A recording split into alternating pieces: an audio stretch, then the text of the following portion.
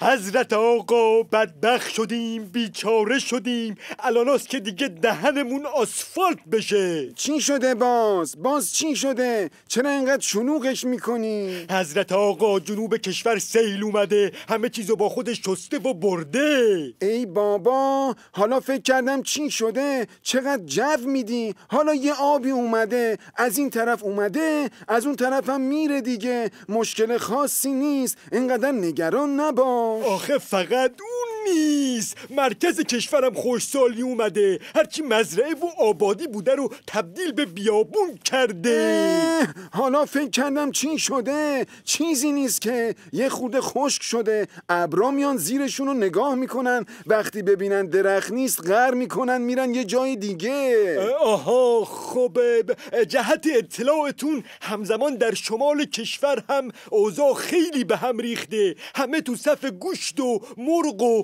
بقیه قیمت هم سر به فلک گذاشتن، تورم رفته رو 80%، اصلا اوضاع اقتصادی به شدت به هم ریخته. ای بابا، کشتی ما رو تو با این هیجان‌های الکیت. چیزی نشده که، حالا یه مقدار جزمی قیمت ها بالا رفته، یکم پیچ اقتصاد مقاومتی رو سفترش میکنیم، درست میشه، اینقدر نگران نباش. آها خب پس نگران نباشیم دیگه. آخه این روزها همه جا دارن رو در و دیوار می نویسن مرگ بر خامنه ای، بنرهاتون رو آتیش میزنن. چی شده؟ شعار؟